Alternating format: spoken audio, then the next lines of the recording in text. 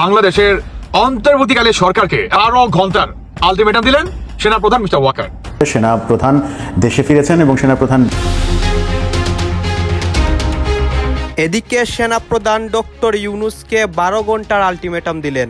আজ নববর্ষের দিন ভয়াবহ ঘটনা ঘটবে বাংলাদেশে। দেশে প্রতিটা জনগণ এখন আতঙ্কে আছে। সবকিছুই দেখানো হবে সম্পূর্ণ প্রতিবেদনে।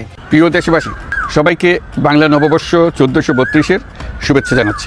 নির্দিষ্ট 5 অফিসারদের বিরুদ্ধে যে ব্যবস্থা গ্রহণ হয়েছে, অর্থাৎ তাদের যে গৃহবন্দী রাখা হয়েছে, সেটা সামরিক ও বেসামরিক কর্তৃপক্ষ মোটামুটি মেনে নিয়েছে।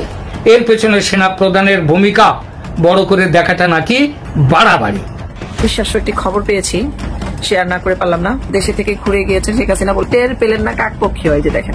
ঘুরে দাঁড়ালো সেনাপ্রধান। সব জল্পনা কল্পনা পেরিয়ে শেখ হাসিনা দেশে ফেরার ডেট ফাইনাল করলো ভারত। হঠাৎ সেনাপ্রধানের এমন পাল্টিতে রীতিমতো কেঁপে উঠল সারা দেশ। অন্যদিকে ভারতে বসে আওয়ামী লীগ নেতাকর্মীদের হামলায় বিএনপি, যুবদল এবং ছাত্র দলের 6 নেতা আহত হয়েছে এবং তাদের হামলায় একজন গুরুতর আহত হয়েছেন। আমরা যদি বাস্তবে বর্তমানে দেখি, বাংলাদেশ কি করছে, সে পাকিস্তানের সঙ্গে সখ্যতা করছে, সে চীনের সঙ্গে সখ্যতা করছে, এই দলে নেপালকেও হয়তো পরবর্তীতে টানার চেষ্টা করবে। মানে ভারত চারিদিক থেকে একটা ঘিরে ফেলার একটা। আওয়ামী লীগ পরবর্তী বাংলাদেশে তাদের প্রত্যেকের বক্তব্যের টার্গেট হচ্ছে বিএনপি। কখনো চাঁদাবাজ, কখনো লুটেরা, অথবা কখনো আগামীতে বিএনপি সরকার গঠন করলে এই যে সংস্কার, এটা চলমান থাকবে কিনা এ নিয়ে সংশয় প্রকাশ করছেন। সকল রকম সংস্কার খুব দ্রুতভাবে শেষ করতে, যাতে ডিসেম্বর থেকে জুনের মাঝে যাতে ইলেকশনটা হয়। কিন্তু সমস্যাটা হচ্ছে বিএনপি, যিনি যারা হচ্ছে সবচেয়ে বড় রাজনৈতিক দল এই সময় ধরে নেওয়া হয়, তারা আবার সঙ্গে সঙ্গেই উনার এই বক্তব্যকে খারিজ করে দিয়েছে। তারা বলেছে যে তারা একটা একদম নির্দিষ্ট সময় চায়, অর্থাৎ তারা ডিসেম্বরে নির্বাচন চায়। বাংলাদেশ সেনাবাহিনী প্রধান জেনারেল ওয়াকারুজ্জামান 5 আগস্টের পর কারো কাছে হিরো এবং কারো কাছে তিনি বিতর্কিত। হ্যাঁ, সেনাপ্রধান কারো কাছে হিরো, আবার কারো কাছে বিতর্কিত। হ্যাঁ, সেনাপ্রধান কারো কাছে হিরো, আবার কারো কাছে বিতর্কিত। বর্তমানে সেনাপ্রধানকে নিয়ে অনেক কথা হচ্ছে এবং বাংলাদেশের মধ্যে নতুন নতুন ঘটনা ঘটতেছে। আজ নববর্ষের দিনও অনেক কিছু হয়েছে রাজপথের মধ্যে। দর্শক শ্রোতা, আপনারা জানেন সেনাপ্রধান রাশিয়া সফরে গিয়েছিলেন এবং সেই সফর থেকে আসার পর একটা বক্তব্য দেন।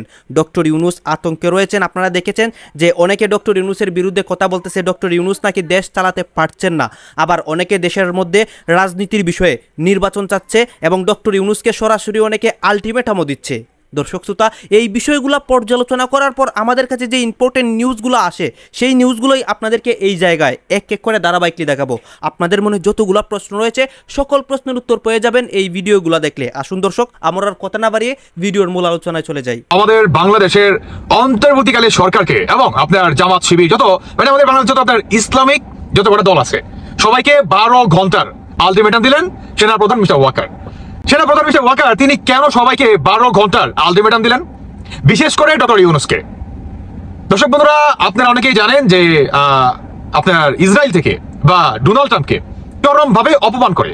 বিশেষ করে আপনার ইসরায়েলের যে প্রেসিডেন্ট, উনি আমাদের এই বাংলাদেশের যে বিক্ষোভ মিছিল আসলো এটাকে নিয়ে, কিংবা আপনার তাকে যে জুতা মারা হয়, এটা নিয়ে তিনি চরমভাবে ক্ষিপ্ত, বিশেষ করে ডোনাল্ড ট্রাম্প সহ। আপনি অনেকে জানেন কিনা জানি না, যেদিন নাকি আমাদের বাংলাদেশের এই আন্দোলনটা হয়, সেদিন রাতেই আপনার যমুনা ভবনে ডক্টর ইউনূস সহ আমাদের বাংলাদেশের বড় বড় যে ইসলামিক যেই দলগুলো আছে, সেই দলের নেতারা আপনার দীর্ঘ টাইম ধরে একটা মিটিং করে, কিংবা সেখানে বিশেষভাবে চরমভাবে তর্ক বিতর্ক সৃষ্টি হয়, চরমভাবে, মানে তার কোনো সীমানা ছিল না। কিন্তু কেন? কারণ হচ্ছে একটাই, আপনার যেখানে গাজার যে অবস্থা, যেখানে আপনার প্যালেস্টাইনের যে অবস্থা, সেখানে আমাদের বাংলাদেশ কি বা করতে পারবে বলেন? আমরা রাস্তায় নামছি, রাজপথে নামছি, নিন্দা জানাইছি, সবই ঠিক আছে, কিন্তু ভাই জুতা মারা এটা কিন্তু ঠিক হয় নাই। ইসরায়েলের যে আপনার টাইমস অফ ইসরায়েল মানে পুরো হেডলাইন হয়ে গেছে এবং চরমভাবে হুঁশিয়ারি পর্যন্ত করছে যে নেক্সট টার্গেট বাংলাদেশ। রেডি তো বাংলাদেশ? আমরা রেডি আছি দর্শক। যাই হোক, এই প্রসঙ্গে নিয়ে আপনার 24 ঘন্টার আলটিমেটাম দিলেন সেনাপ্রধান মিস্টার ওয়াকার আপনার বাংলাদেশের সমস্ত মৌলবাদী গোষ্ঠীদের এবং আপনার ডক্টর ইউনূসকে, যে 24 ঘন্টার ভিতরে আপনার সরকারের পক্ষ থেকে যদি ওই ধরনের কোনো উদ্যোগ আপনি না নিতে পারেন, তাহলে আমাদের বাধ্য করবেন না আমরা নিজেদের হাতে সেটাকে তুলে নেওয়ার জন্য। আর আমরা যদি একবার নিজেদের হাতে এটা তুলে নেই, তাহলে কেউ কিন্তু রক্ষা পাবেন না। কল্পনা করা যায়। সেনাপ্রধান মিস্টার ওয়াকার তিনি আরো বলে যে বাংলাদেশে বর্তমান মৌলবাদী গোষ্ঠীরা সংখ্যালঘুদের উপরে আক্রমণ, অত্যাচার, এখন পর্যন্ত মব জাস্টিস কিংবা দখলবাজিতা চালিয়ে যাচ্ছে। এটাকে বন্ধ করতে হবে। যদি তারা বন্ধ না করে, এটার জবাবদিহিতা করতে হবে বাংলাদেশের অন্তর্বর্তীকালে সরকার প্রধান ডক্টর ইউনূসকে।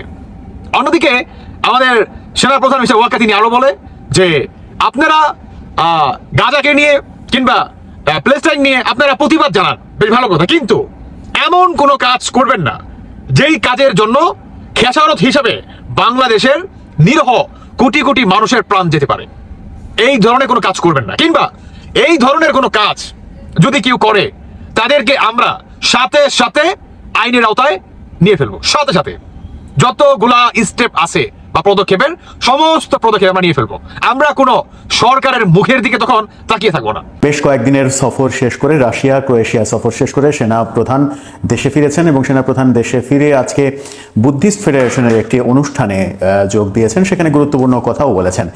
সেনা প্রধান দেশে ফেরার পরে পরিস্থিতি কোন দিকে যাচ্ছে সেই আলোচনা জোরে সোরে শুরু হয়েছে। এদিকে সেনা প্রধানের অনুপস্থিতিতে বাংলাদেশে একটি গুরুত্বপূর্ণ পদে ডক্টর খলিলুর রহমান, যিনি কিনা সরকারের রোহিঙ্গা বিষয়ক হাই রিপ্রেজেন্টেটিভ ছিলেন, তাকে জাতীয় নিরাপত্তা উপদেষ্টা করা হলো। সেনাপ্রধানকে জানিয়ে করা হয়েছে কিনা সেই বিতর্ক তৈরি হয়েছে। কোন যোগ্যতায় তাকে এই জাতীয় নিরাপত্তা উপদেষ্টা করা হলো সেই আলোচনাও চলছে। তখন আমরা দেখছি যে চারুকলায় শেখ হাসিনার যে বিকৃত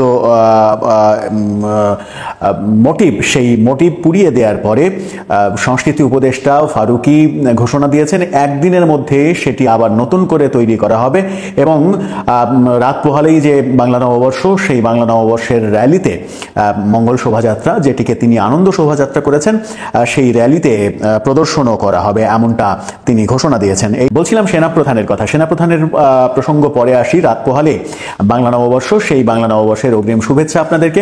বাংলা নববর্ষ উপলক্ষে বহুদিন থেকে যে মঙ্গল শোভাযাত্রা হয়ে আসছে, সেই মঙ্গল শোভাযাত্রার এবারে নাম চেঞ্জ করা হয়েছে। গতকালকে ঢাকা বিশ্ববিদ্যালয়ের চারুকলায় এবারের এই র্যালিতে অনেক আলোচিত সমালোচিত শেখ হাসিনার বিকৃত যে মোটিভ, সেটি পুড়িয়ে দেওয়া হয়েছে। সেই পুড়িয়ে দেওয়ার ঘটনার পরে মোস্তফা সরোয়ার ফারুকী সংস্কৃতি উপদেষ্টা তিনি ঘোষণা দিয়েছেন যে একদিনের মধ্যে আবার সেটি পুনর্নির্মাণ করা হবে।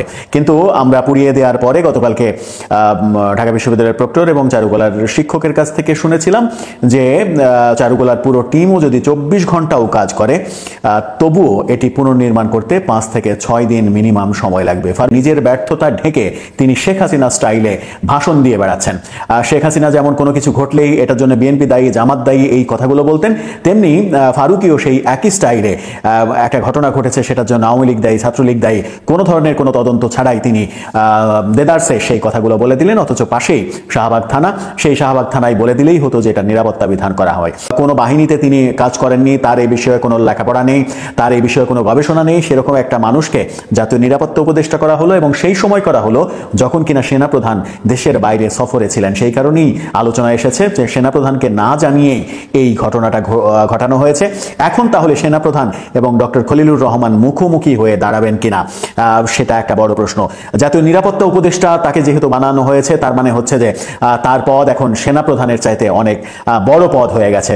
তার মানে সেনাপ্রধানকে তিনি সাজেশন দেবেন। সেনাপ্রধানকে সেনাবাহিনী কিংবা 3 বাহিনীর প্রধানকে সেই বাহিনী সম্পর্কে কি সাজেশন দিবেন, এই বিষয়ে অনভিজ্ঞ একজন মানুষ, সেই তর্ক বিতর্ক চতুর্দিকে চলছে।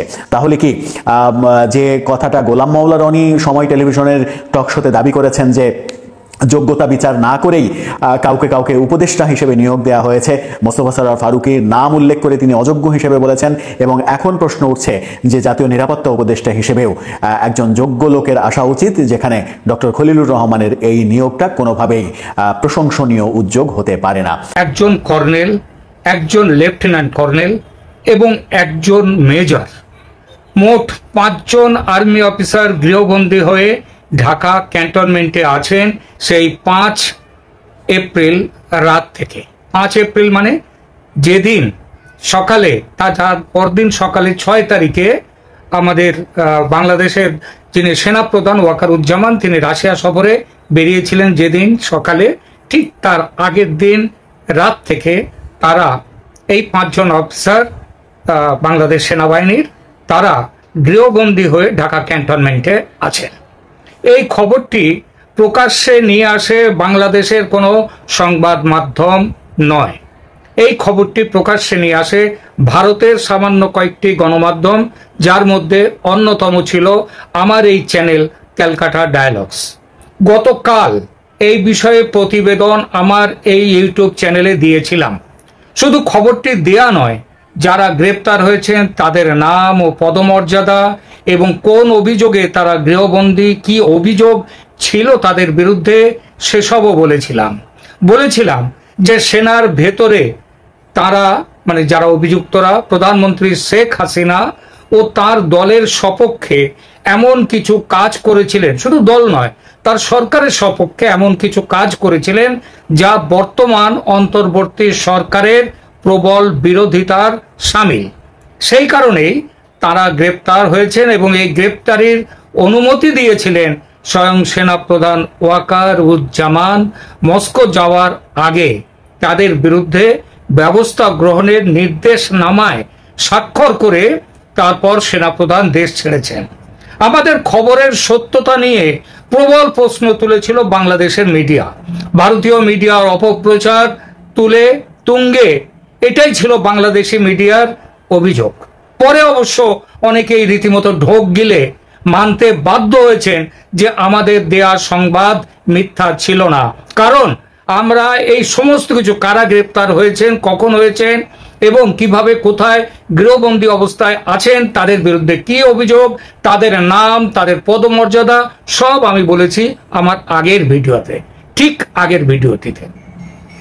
তো আমাদের দেয়া সংবাদ তাতেই প্রমাণ হয় যে আমাদের দেয়া সংবাদ মিথ্যা ছিল না।